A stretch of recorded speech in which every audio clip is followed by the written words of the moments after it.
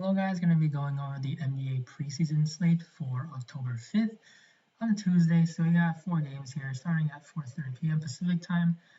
And what we know so far, so looking at the first game, I'm just going to be using last year's preseason data. Although last season there are only 3 to 4 preseason games, whereas this year there's six about for every team. And so teams are going to treat these differently. Usually they're going to rest their stars more or play them just in smaller stints. And so Pacers and Knicks, looking at what the Pacers did last year, this was the first preseason game. So they played the Cavs and they ran their stars pretty heavy minutes. Generally, if they can get over 20 minutes, it's pretty solid for preseason, especially in the first game.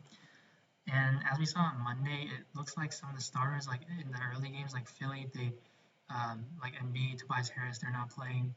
The players that did play, like the usual stars, Seth Curry, Kenny Green, they only played the first half, like 17 minutes. So if you look at the Pacers, they do have a new coach. That's something that's very important. Rick Carlisle's now the coach, and they do have some injuries, like with LeVert, T.J. Warren, and we're not sure really if they want to push anyone because if they've already gotten a lot of players that are dinged up, I don't think they want to really push them and risk more injury.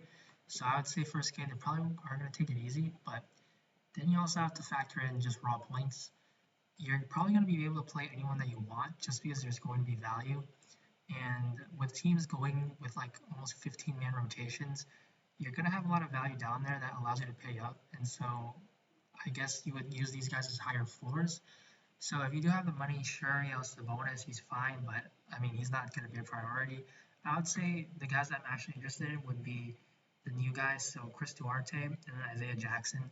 So Duarte, he's the Pacers' first-round draft pick, and there's nothing here. Obviously, he's a rookie. There's no news to, but he's someone that is a very good defender, but also can shot create for himself. And if, especially, they're going to need that because they don't have LeVert and Warren at least to start the season. And so you need someone else that can create on their own, other than Brogdon, and then of course with Sabonis. So I think Duarte should be able to get a lot of minutes. He's also an older rookie, and so he should be able to handle durabilities. Should be fine. And then Isaiah Jackson, he's also a very strong defender. He's very versatile. He's 6'10", and he can play basically 3 positions. Now, for the center spot, like they probably don't want to risk injury for Sabonis and Miles Turner, so I could definitely see them, especially with Goga out already, that Jackson could be one of the better value plays. So I'd say those two guys are the ones I want to target. Now the Knicks side, so the Knicks, Tom Thibodeau, we all know him as the coach that plays the stars, heavy minutes. And I mean, right there, no, that's no surprise. But again, first game of the season, probably we're not going to really see that.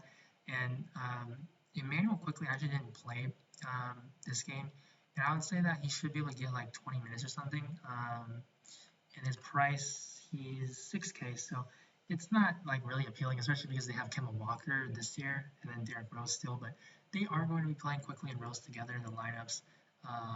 Mendoza's not on the team anymore, and I don't think I really want to pay off for Randall and RJ Barrett, but if you do have the salary, sure, go ahead.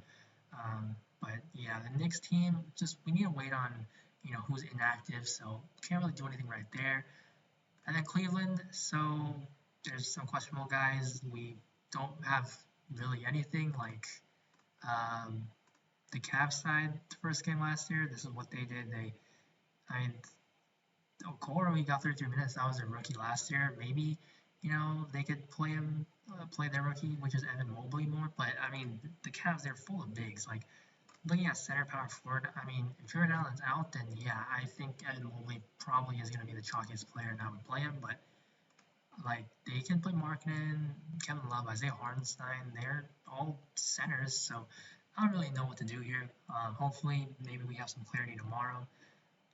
Now, on the Bulls side, so they're priced up already, but there's a big reason why. So if you just look at Bulls, yeah, last game, first game of the preseason, rather, yeah, their starters didn't really play like crazy minutes, but this is a tweet from PC Johnson, which is the Bulls insider. So this is what Billy Donovan, their coach, said. He said basically that they're going to play a ton of minutes for the starters because this is pretty much a new roster, and so they're going to have to get them a lot of run together just to build chemistry. And maybe that's like 25 minutes because this is the first game and it's still preseason, so it can't just say that they're going to play like 30 plus. But that makes these guys all better plays. They are expensive, but I would say out of every game, every team, that they are the safest. All these four guys are going to be in play. Of course, I would rather take um, DeRozan, LaVine, and Vooch over Lonzo just because they're more offensive threats. But Lonzo's a very good fantasy player. He contributes everywhere, so I do want to target on the Bulls side of the ball. But Ayo Dosunmu, I don't know how to pronounce his name, but he's their rookie, and they probably want to give him some run just to see how he could be a part of the rotation. Now on to the Wizards and the Rockets. So these two teams are pretty.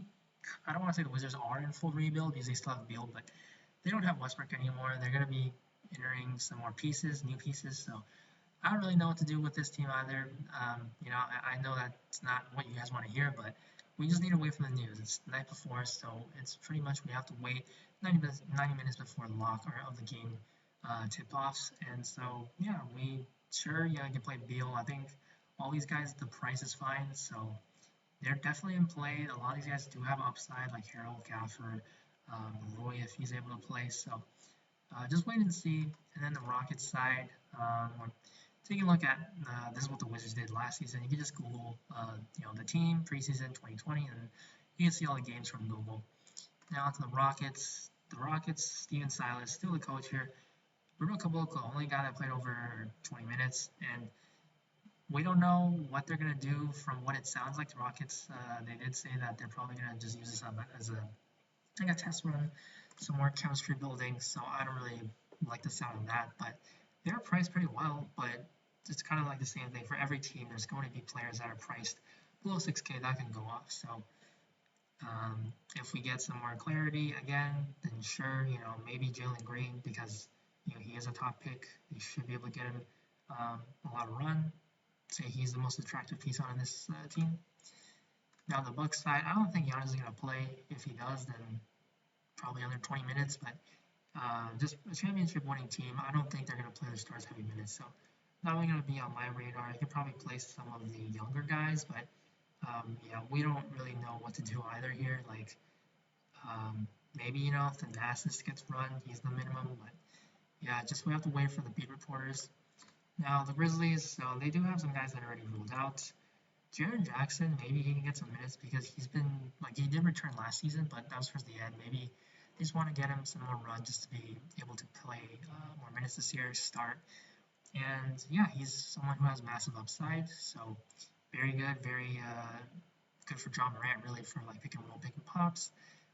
And there's going to be more shots for Dylan Brooks, or with Dylan Brooks out. So also just monitor what the lineup is going to be. So I would say the most attractive pieces are going to be from the Bulls as a pay-up option, just all four of these guys, and then so the standouts like the values, that's going to be Jalen Green, and then with Evan Mobley on the Cavs. So basically, just the rookies that that look like they should have a pretty significant role. So they're all, they're 5,400. I don't know why they're this cheap, but they're definitely going to be popular plays probably, and I'm going to play them. So I think they're two of the best plays on the slate, and just monitor. I'll try to tweet out some of the news for preseason. It's definitely tough, make sure that you're on Twitter, you follow these beat reporters. So that's how you're going to be able to just have success during the preseason slate. So thank you guys for watching, and as always, please leave a like down below, and also if you have any questions, just comment down in the YouTube video, and also you can DM me on Twitter. Twitter's at WLin018. You can find it also in the description. So thank you guys for watching again, and I'll see you in the next video. Bye.